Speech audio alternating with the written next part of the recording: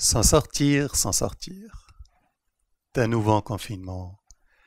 Mais quelle est la place de yoga dans ce confinement? Qu'est-ce que yoga peut nous apporter aujourd'hui?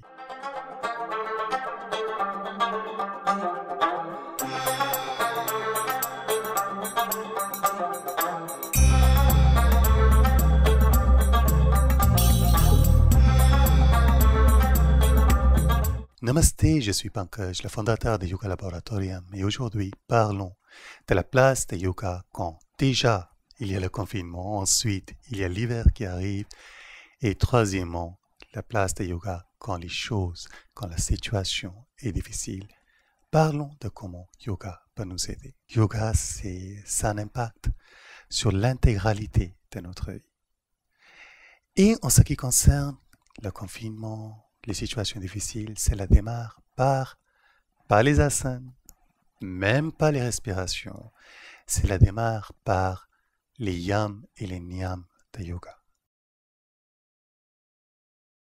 Parmi cela, alors les yams, c'est les éthiques, c'est la façon d'interagir avec la société, et les niyams, c'est les observances, l'hygiène de la vie. Et un des niyams est très important dans la situation actuelle. C'est le niyam de Santosh. Santosh qui veut dire le contentement. Contentement quand on doit être confiné chez nous. Ça peut paraître difficile. Ça l'est. C'est même très difficile. Alors, durant le premier confinement, j'avais remarqué alors déjà sur les réseaux sociaux, mais aussi les gens à qui je parlais, tout le monde se disait combien ils étaient heureux d'être confinés, combien la nature adorait le fait qu'on soit confiné, et ils avaient tous raison, sauf si vous avez remarqué, suite à le confinement, la colère, l'agitation, l'anxiété qui était présente dans la société, ce n'était pas sans raison. C'était présent parce qu'on s'est caché combien le confinement était dur pour nous. Et donc, quand on était déconfiné, tout cela s'est sorti. Première chose, pour le contentement, c'est accepter quand la situation est dure. Et oui, le confinement est dur. Nous sommes des êtres humains. Nous sommes censés de vivre dans la société. Nous sommes censés d'avoir notre famille, nos amis. Donc c'est dur. Et une fois on accepte que c'est dur, la suite, quelque part, devient plus facile. Parce qu'on n'est plus en train de se cacher. On n'est plus en train de cacher nos faiblesses, on est en train de les affronter comme on doit. Contentement démarre par l'acceptation de la situation qui est difficile. Confinement est difficile, mais ce n'est pas la fin du monde non plus, et les astuces qui suivent vont vous aider à mieux le vivre. Pour cette première astuce, je vais partager avec vous un grand secret des yogis, tellement secret qu'on le dit sans cesse, personne ne nous écoute, et pourtant c'est la clé pour établir la force interne. Avoir des rituels. Alors, ce n'est pas des choses qui doivent être compliquées et complexes, c'est des choses tout simples, mais ça donne des vrais repères à notre esprit. Et c'est à travers ces repères que l'esprit peut se concentrer, peut trouver sa force intérieure. Par exemple, pour le matin, se lever, petite gorgée d'eau tiède, brosser les dents, se laver, se vider. Ensuite, on s'assied, on prend conscience du souffle. On pratique Agnisar Kriya, qui est un excellent exercice pour tout ce qui est le système digestif d'ailleurs. Et en plus, ça augmente le principe de feu dans le corps et dans l'esprit. On fait quelques asanas, quelques pranayams. Alors si vous avez que 10 minutes, on fait juste des salutations et on s'arrête là. On pratique nos asanas, nos pranayams, nos respirations. Et de nouveau, on s'assit, on prend conscience du souffle. On peut le faire pendant 1 heure, on peut le faire pendant 10 minutes, mais l'important, c'est de la faire. Et c'est de la faire tous les jours. Un rituel pour l'après-midi. Avant déjeuner, prenez conscience de votre souffle. Posez-vous. Sentez les odeurs qui viennent de votre repas. Sentez le goût qui vient. Mangez en pleine conscience. Quand vous avez terminé, de nouveau, prenez 2 minutes pour laisser poser le souffle. Si possible, faites une marche digestive, 5 minutes, 10 minutes. Si ce n'est pas possible, c'est pas grave, juste assis 2 minutes, ça va déjà aider. Un rituel pour le soir, par exemple. On éteint les écrans, toujours bien de ne pas être surexcité juste avant d'aller au lit. On éteint les écrans, on éteint les bruits, toute nuisance sonore dans la mesure du possible. Et à partir de là, on va faire quelques massages, se laver les mains, les pieds, le visage, un peu de massage si vous avez besoin ou si vous avez envie. Sinon, on va juste faire quelques étirements, prendre conscience du souffle. Si possible, avoir une pratique méditative. Si c'est pas possible, de nouveau, juste allongez-vous, conscience du souffle et laissez-vous aller vers le sommeil. Vous serez étonné en faisant rien que cela combien le sommeil sera récupérateur. Évidemment, le confinement, c'est pas juste du mauvais, il y a aussi des points positifs, on a un peu plus de temps. Et c'est le moment de s'occuper de son corps. En yoga, on considère que le corps et l'esprit sont intimement liés. Corps va bien, l'esprit ira bien, l'esprit va bien, corps ira bien. L'esprit va mal, corps va mal, corps va mal, l'esprit va mal, c'est ainsi. C'est aussi l'hiver qui est en train de venir et durant l'hiver, on va toujours chercher à s'occuper de nos immunités. On va se préparer pour l'année à venir. C'est vraiment durant l'hiver que les immunités pour l'année à venir se font. Donc avoir une pratique posturale, c'est une excellente idée. Quel style de posture, quel style d'asana pratiquer? J'aurais tendance à conseiller des asanas debout pour travailler tout le corps d'une façon plus complète. Beaucoup des extensions du dos vers l'arrière pour bien étirer l'abdomen, pour bien travailler, stimuler le système digestif. Quelques flexions vers l'avant, torsion aussi, ils peuvent aider, mais alors je sais qu'il y a carrément des cours entiers où on ne fait que des torsions, mais typiquement dans les traditions, on restreint les torsions à 1 ou 2 par séance d'une heure, jamais plus, parce que ce n'est pas l'état naturel pour la colonne. Et le but pour yoga, c'est toujours étirer la colonne. Comme je dis souvent, plus on étire la colonne, plus on est content. Avoir une pratique posturale, terminer cette pratique avec les pranayama, Nadi Shodhana par exemple.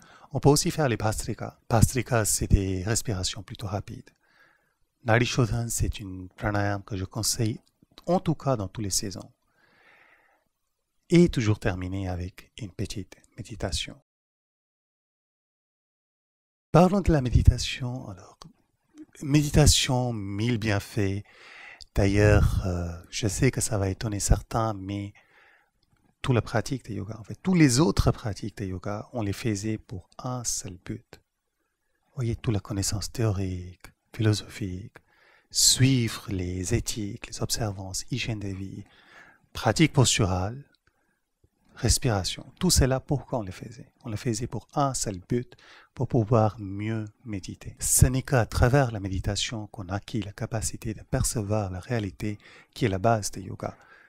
C'est à travers la méditation que le vrai bien-être, profonde, pas superficielle, profonde, vient. En ce moment, durant le confinement, méditation, c'est pas une pratique spirituelle, c'est pas un luxe, c'est pas un hobby, c'est une nécessité. C'est un besoin primaire plus important que manger et boire. Établissez une pratique méditative. Alors, de nouveau, c'est pas une pratique qui doit être très complexe. Vous voyez, chaque fois, on va dire, il faut que je médite 1 heure, il faut que je médite 2 heures. On se met les targets, les objectifs tellement hauts qu'on n'arrive pas à les tenir. 5 minutes. Si vous avez 10, super. 15, encore mieux. Mais 5 minutes. Vous n'avez pas 5 minutes, 2 minutes. C'est possible. S'asseoir. Conscience du souffle. Sentir le corps. Sentez le corps s'ancrer dans la terre avec chaque expire. Et remplir de l'énergie tellurique, l'énergie de la mère terre avec chaque inspire. C'est suffisant. Faites cela si vous avez que très peu de temps. Faites cela le matin, faites cela le soir, faites cela 1 fois, 2 minutes, 3 minutes. Ça va transformer tout le reste de la journée. Et ça va transformer le confinement. Alors moi, quand j'avais démarré ma pratique méditative, j'étais jeune, donc c'était dur. Vous voyez, j'avais 11 ans. envie tout le temps de bouger et puis en plus, j'adorais jouer. Euh, Qu'est-ce qui m'a accroché à la pratique méditative? C'était combien ça transformait les repas. Si vous n'avez pas médité, vous n'avez jamais mangé une seule bonne chose de votre vie, croyez-moi. Ça va transformer tous vos sens gustatifs. Et moi, j'étais un très grand gourmand quand j'étais jeune.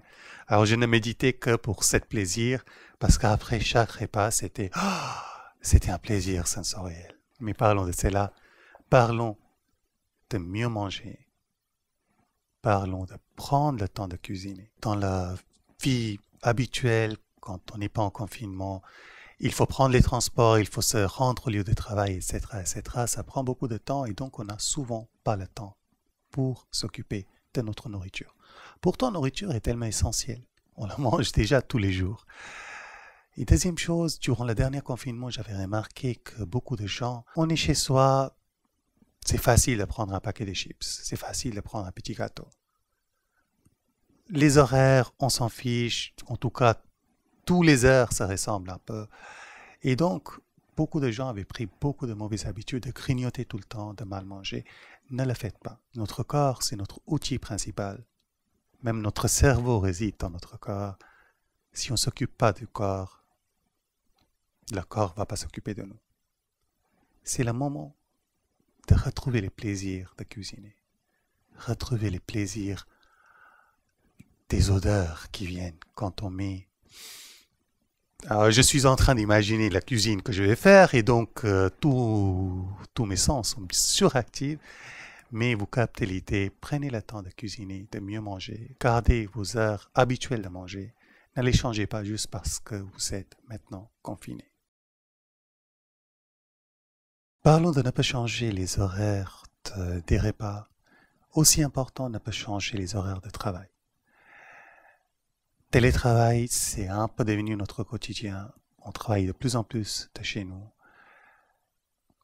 Mais ça ne va pas dire qu'on peut travailler à n'importe quelle heure. Si vous partiez au bureau à 9h, vous revenez à 17, 18h, gardez le même rythme. Si vous n'arrivez pas à diviser l'espace de travail et du repos chez vous parce que vous habitez dans un petit appartement, ça fait rien, au moins diviser les horaires. Deuxième astuce, alors moi j'ai toujours beaucoup travaillé de la maison. Et une grande astuce que j'avais trouvée, c'était toujours m'habiller comme si je travaillais dans un bureau. Donc mettre une chemise bien repassée, un pantalon, ça aide. Ça aide déjà niveau efficacité dans le travail, mais ça aide surtout à dire à notre mental, là c'est le moment de travail et après ça sera le moment de se relaxer. C'est important. C'est important de créer ces petites partitions pour le bien-être mental, pour ne pas laisser le travail rentrer dans le lieu de repos, rentrer dans le lieu sacré où on habite. Travail est sacré dans son lieu et notre lieu d'habitation est sacré, mais sans laisser rentrer le travail. J'espère que toutes ces idées, tous ces conseils vous aideront. Non, je sais qu'ils vous aideront. Appliquez-les. Confinement, c'est dur, c'est normal, mais ce n'est pas la fin du monde. Et avec ces idées, vous pouvez surmonter n'importe quelle difficulté et en ressortir bien plus fort. C'est ça la voie du yoga. C'est une voie qui nous donne la vraie force interne. Si la vidéo vous a plu, pensez à mettre un like et vous abonner à la chaîne. Et aussi, je vous rappelle que tous les lundis matins, on envoie un newsletter qu'on a titré Vivre mieux et heureux avec yoga. Et je partage plein de conseils et des pratiques dans ce newsletter. Donc, si vous voulez, vous pouvez vous abonner sur le site. Vous trouverez le lien juste en bas. Sur cela, je vais vous souhaiter une excellente journée et à très vite. Namasté.